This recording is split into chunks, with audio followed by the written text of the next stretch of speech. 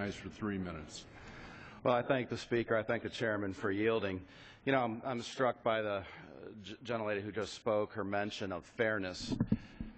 What is fair is the rule of law, and that's what this country was founded upon.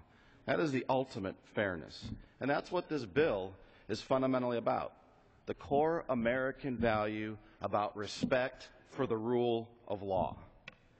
Now, our President chose to violate the law by unconstitutionally appointing new members to the National Labor Relations Board in January of 2012. And while the President claimed he had this authority, and while our friends here are claiming he had this authority because the Senate was, quote, in recess, unquote, there was one problem. The Senate wasn't in recess. The Senate was actually in session. Last year, in response to this, I led a letter to our President with 26 of our colleagues, Mr. Speaker, protesting these appointments and asking the White House to obey the law so that we wouldn't have the uncertainty that we do now, so that we wouldn't have to have the argument that we're having now, unfortunately. But by making these appointments, while the White House and the executive branch has essentially claimed the authority to determine when the Senate is unavailable to perform its constitutional duties.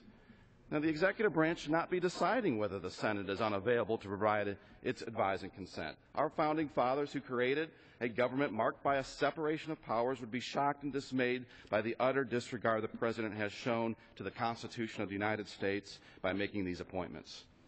Now, Mr. Speaker, with all due respect to my colleagues on the other side who continually make this argument as if they said it 20 times, it actually makes it more true. It does not.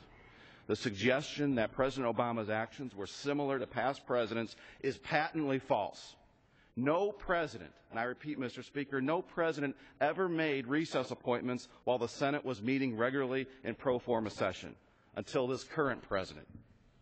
If President Obama had followed the practice set by his predecessors, there wouldn't be a cloud of uncertainty hanging over the NLRB today. And this uncertainty, to the point made by my colleagues earlier, is hurting jobs. This uncertainty, because when you have commissioners who are appointed unconstitutionally, their rules are now unconstitutional. Businesses can't follow them. Unions can't follow them. Workers can't follow them.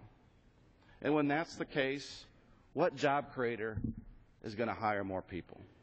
And that's the real situation we find ourselves in here today, unfortunately. Now the issue is pending before the United States Supreme Court. It is my hope that the Court will acknowledge that no one, including this President, Mr. Speaker, is above the law in this country, from the poorest of our citizens to himself. 30 seconds. And we cannot recognized for 30 seconds. And we can never afford to forget that. For these reasons, I simply urge all my colleagues to support H.R. 1120, to not listen to the nonsense that we're hearing from the other side. We believe in the worker. We believe in workers' rights. We believe in the rights of businesses. We believe in the rights of unions. We believe the President, above everyone else in this country, should